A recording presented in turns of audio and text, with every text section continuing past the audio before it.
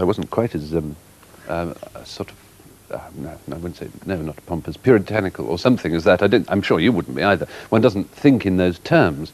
It may be that there is a feeling that it would be a waste of time to go into something parasitical, like advertising, God bless it.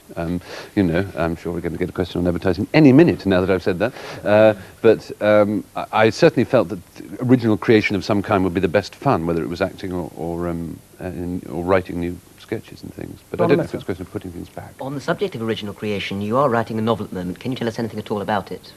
Gosh, no, perhaps you can. I don't know. I mean, they're terrifying things. Truman Capote, the American writer, spent about 20 years kidding people he was writing a novel, and when he died they discovered there was nothing, no manuscript at all, just a few articles towards one. And I can understand why he shirked away from it. It's terribly hard work and very lonely. It's the way it's going at the moment, it's semi-autobiographical, which is terrifying. But you mentioned adverts a while ago, so let's bring it back to that. You've got a very high profile. You've done advertising. You've done private commercials with John Cleese's company. You've got a very high profile. Do you seek fame? Do you seek the fame and fortune, or has it found you? Difficult one. It's such a peculiar thing, fame, because of course it only. I mean, there's real fame of the Charlie Chaplin kind, and there's sort of being like. You know, Bob Holness. And I'd always thought when I was a child that I'd love to be like Bob Holness, you know, I'd love to be that sort of, I won't call him a minor celebrity, because let's face it, Bob is a major celebrity. And, but the moment it happens, of course, you feel very guilty about it and rather embarrassed, so yes. I don't know. What areas of your work do you enjoy most, having been involved with so many things?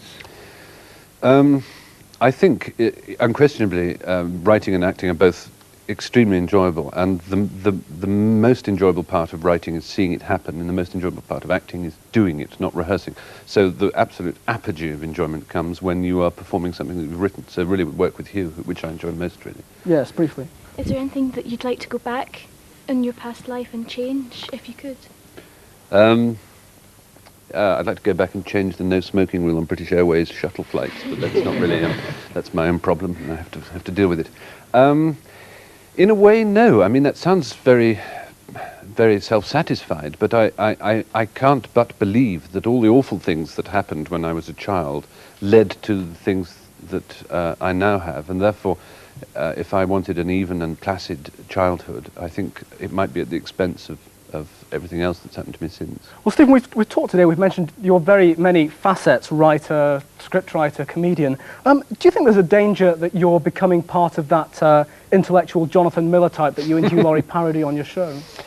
Well, I hope not. I mean, that's to say, I have great respect for Jonathan Miller, truly, but I don't think that kind of guru status sits very easily on my shoulders, and I would rather not be that serious. I'd rather not.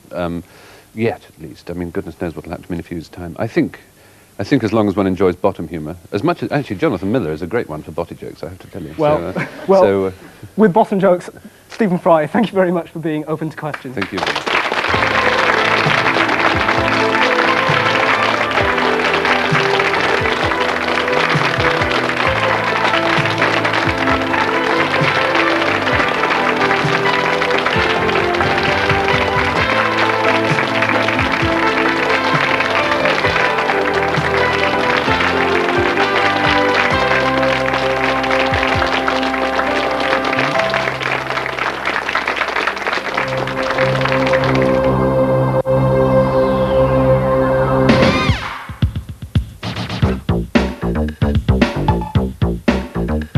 We're back on the Wednesday just for you, but Rogers returns on Death 2.